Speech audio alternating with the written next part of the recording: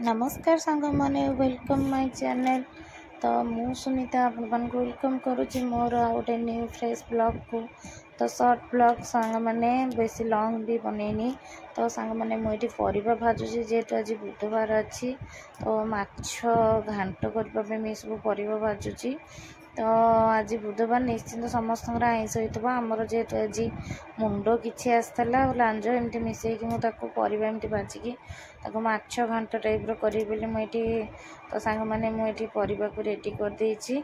तो ये मु परिवा भाजिकी गोड़े देकी चाहूँगी पुओ टे आंब खाइला कहला मामा टे आंब मत काटिकी दिए मु खाइबी।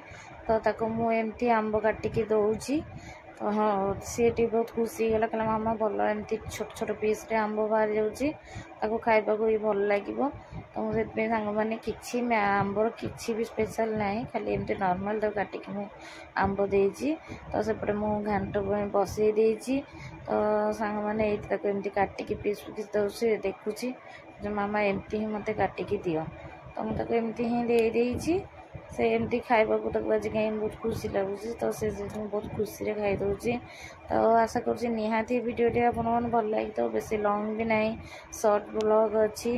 तो तापर सांग मैंने मु लंच मोर प्रिपेयर हो जाइला। तो आम ये सब बाड़ी बुड़की देदेचु खाइबापी ये घांट मोर रेडी हो जाइए। ता सहित टिके आलू भजा अल्प थिला ये सालाड टिके करदेची तो माछ भजा। तो मो स्वामी को एत भोक से खाई भी सारे। तो सांग मैंने आशा करुँची निहाती वीडियो भल लगे लाइक सब्सक्राइब निहाती करियो मो।